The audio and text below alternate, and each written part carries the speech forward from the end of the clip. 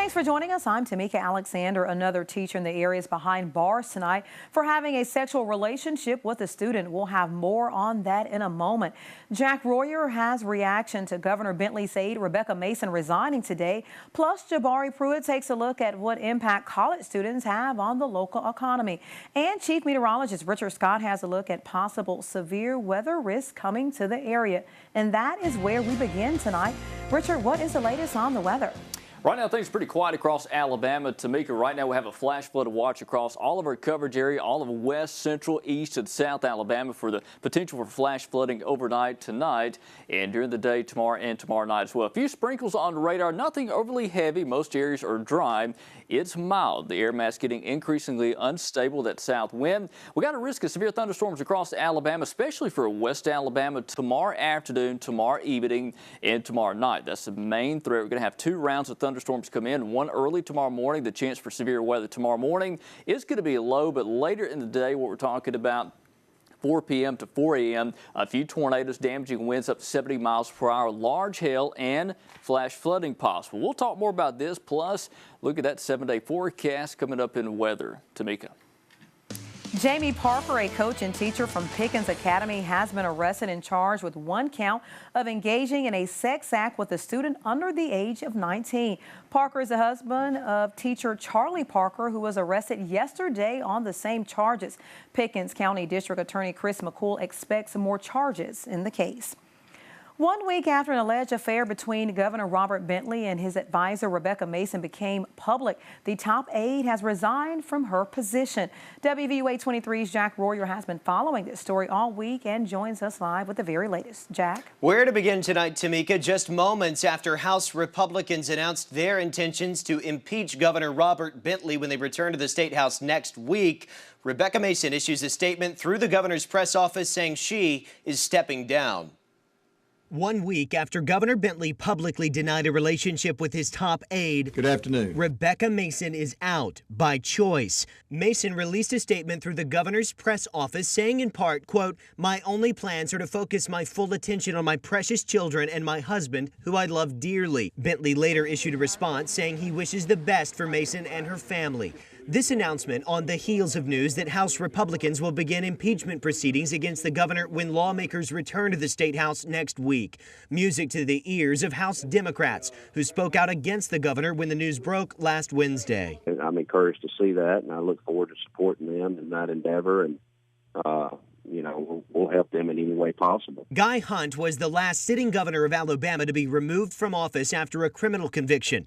While an impeachment announcement is a bold move from the House GOP, impeachment doesn't carry any criminal penalty. Some political experts believe it to be a difficult task in the waning weeks of a legislative session. They haven't passed anything significant. They've let the state go into a complete quagmire. This state is facing gigantic general fund problems. So for them just to drop everything without the budgets being passed, so we want to impeach this governor, I don't know whether they will or not. On Tuesday, Bentley told reporters he has no plans of stepping down. The question is being asked by a lot of people across the state if I have any intentions of resigning.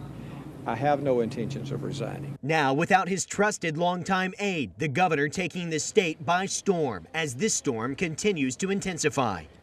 Lawmakers return to the Capitol next week as the session winds down. The climate around this story only heating up. We'll find out how far impeachment proceedings against Governor Bentley can go. For now, reporting live in the newsroom, Jack Royer, WVUA 23 News. Thanks, Jack. Student enrollment has doubled in the last 14 years, bringing hundreds of millions of dollars to Tuscaloosa. WVUA 23's Jabari Pruitt joins us live. And Jabari, you attended the Chamber in Session State of the Economy today. Well, Tamika, over 50% of the student population at the University of Alabama is from out-of-state students, and that's doubled in the last 8 years.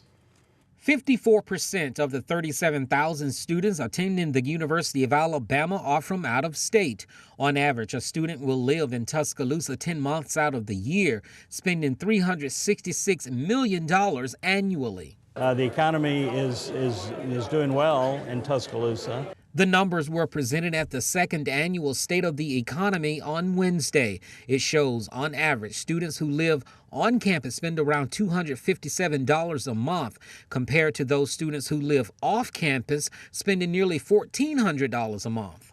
It's probably close to $1,200 to $1,400 a month. The mortgage is, close to $700, and then you factor in the gas, food costs, just, going out, hitting the bars, that kind of thing within the city itself. I mean, it all adds up. California native and UA student Zach Tiger agrees. He bought a house back in 2014, 1 year after moving to Tuscaloosa. I know that some of my other friends I've talked to that have kind of taking the same route I had, that were out-of-state students, kind of, I've seen them also purchase homes.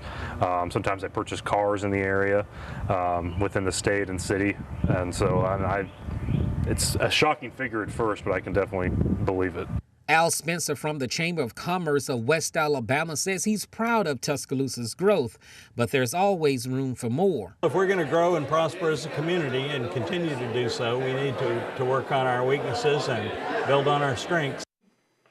Now, these figures do not include money spent on campus. But for now, reporting live, Jabari Pruitt, WVUA 23 News.